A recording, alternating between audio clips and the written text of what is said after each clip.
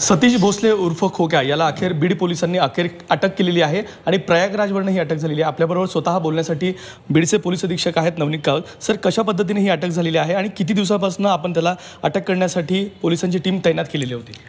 गुन्हा दाखल झाल्यापासूनच आमची टीम आरोपीच्या मागे होती। तो आपण त्याच्या एक मूवमेंट आम्ही त्याच्यावर मॉनिटर करत होता आणि शेवटी आम्हाला त्याची लोकेशन प्रयागराजमध्ये भेटली होती। प्रयागराजमध्ये आपण यूपी पोलीसशी कोऑर्डिनेशन केला होता आणि आपण त्याला आज अटक केलेली आहे। साधारण किती टीम या ठिकाणी तैनात करण्यात आलेल्या होत्या? कारण की मागील 6 दिवसांपासून तो पोलिसांना गुंगारा देत होता। नाही, तसं नाही। तो 6 दिवसापासून तो इथे आपल्या बीड जिल्ह्यामध्ये नव्हता, तो बाहेरच फिरत होता। त्यासाठी माझी लोकल क्राईम ब्रांच आणि लोकल शिरूर पोलीस स्टेशनची टीम ते मागे होती त्यांचे, आणि आम्ही त्याच्यामध्ये आम्ही त्यांना अटक केलेलं आहे। सर, प्रयागराजवरून त्याला इथे आणण्यासाठी नेमकी काय प्रोसेस असणार आहे? कधीपर्यंत त्याला बीड पोलीस आता इथे आणतील? की दुसऱ्या राज्यामध्ये आपण कोणा आरोपीला अटक केलं तर त्यामध्ये ट्रान्झिट रिमांडची एक प्रोसिजर असते। तो तिथे लोकल कोर्टला जाऊन आम्हाला अर्जी करावं लागते। ते लोकल कोर्ट आम्हाला ट्रान्झिट रिमांड देते। त्याच्यानंतर एकदा तो आरोपी आम्हाला भेटला तो उद्या किंवा परवा आपण त्याला इथे आणू।